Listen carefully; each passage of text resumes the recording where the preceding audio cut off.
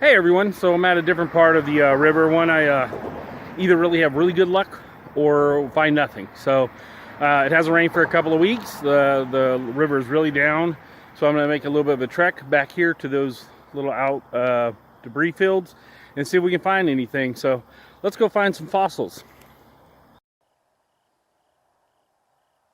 Hey everyone, so I just found this tooth.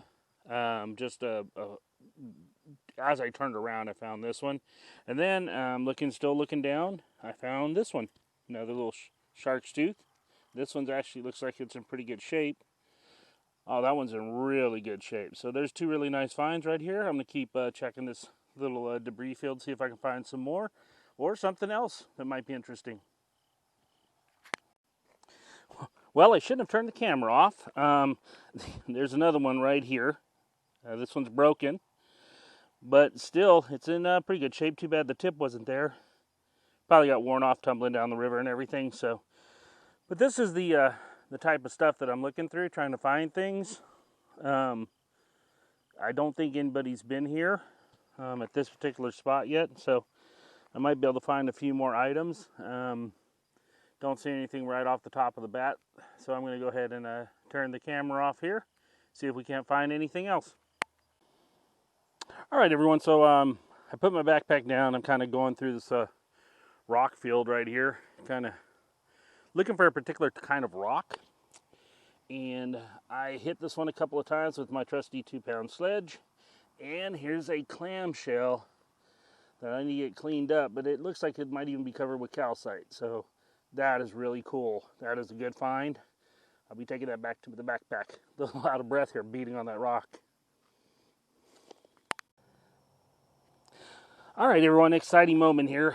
Went ahead and Mother Nature did most of it, but broke it apart. This is actually another clam that's covered in calcite. I need to clean up some of the shells still there, this part right here, which is really cool. But the best part about this is see it? It's right there. That's an ammonite, believe it or not. I'm going to be able to get it out of the matrix a little bit better and get it cleaned up. It's the fourth one that I've had that I've been able to find.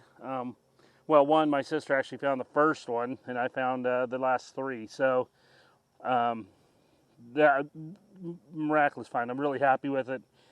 I probably opened up 40 stones to be able to find that. And this one, like I said, Mother Nature took care of most of it. But that is really cool. It's going to make a nice display piece. Happy, happy, happy.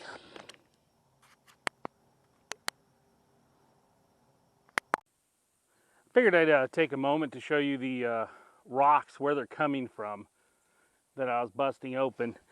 But as you can see, we're right at the river, and there's 4 of them right here that are still left in this almost cement-like matrix. And as they are now, it'd be extremely hard to break those open, get them out of there, unless I brought a shovel and wanted to spend a lot of time. So don't want to do that today. I'm on my way back. Just gonna head to the bridge and up and head home.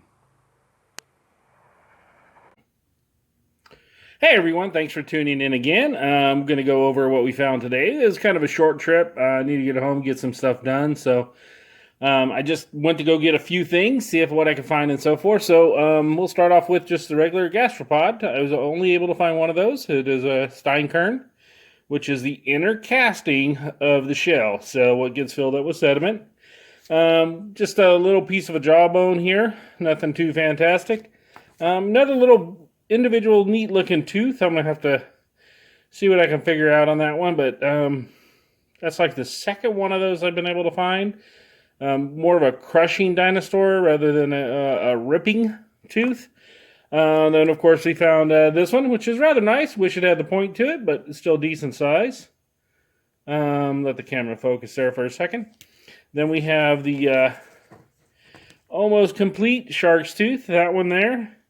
You know what really amazes me is how sharp these guys are. I mean, look at this thing. This thing's been in the ground for millions of years, and it's still fairly sharp. Look at the little point on that thing. That just amazes me. So we got just a clam mold right there. This I actually thought was a something like a shrimp burrow or something like that. But looking at the end right there, it looks more like a baculite piece. This is in one of those big rocks that I was pounding open. Just a little oyster. I'm going to clean that one up and polish it up, make it into something neat. I found very limited bones.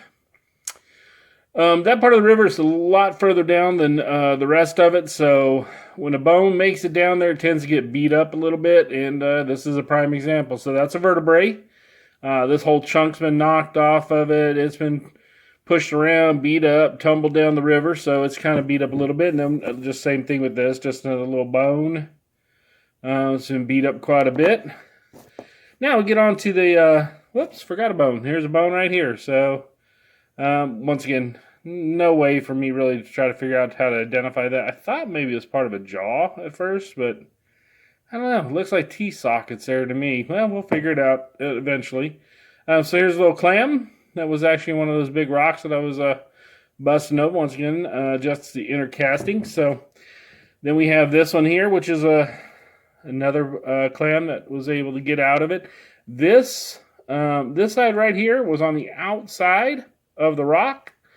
And when I hammered it open, of course, it split there. But it looks like the clam was already open. You see how the edge of the clam is right there, and the edge is right there. So the clam was actually open whenever it started to fossilize. So that's pretty cool. They also call those Texas hearts, I believe, because, kind of looks like heart. So then we found this other clam, which was attached to the other piece that we were able to find. It makes a nice little good display piece. It kind of stands up on its own. It's got a little bit of calcite on it.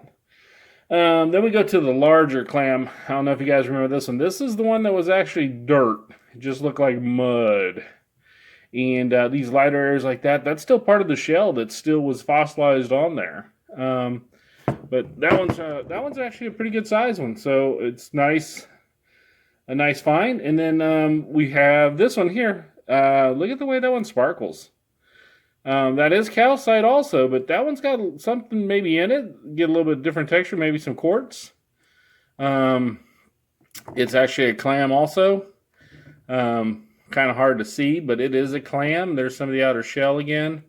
But that one's kind of nice. I like the way it's got the little glittering going on there. Makes it nice. I think it is actually because of quartz. That white right there reminds me of quartz. And then the find of the day is this guy right here. This is, I'll have to put it up there, but it's, look, I can't pronounce the name. There's no way for me to do it. I'm going to tell you what I call him. I call him the pointy Ammonite.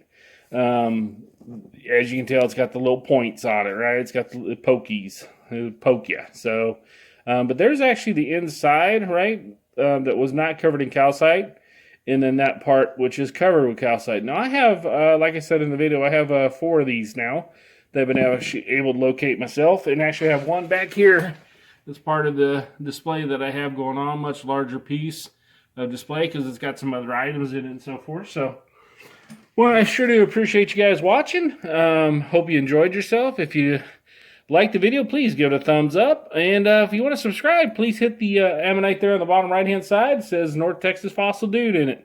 Just scroll over to that or tap on that, and we'll get you subscribed so you can see the next videos. Thank you all.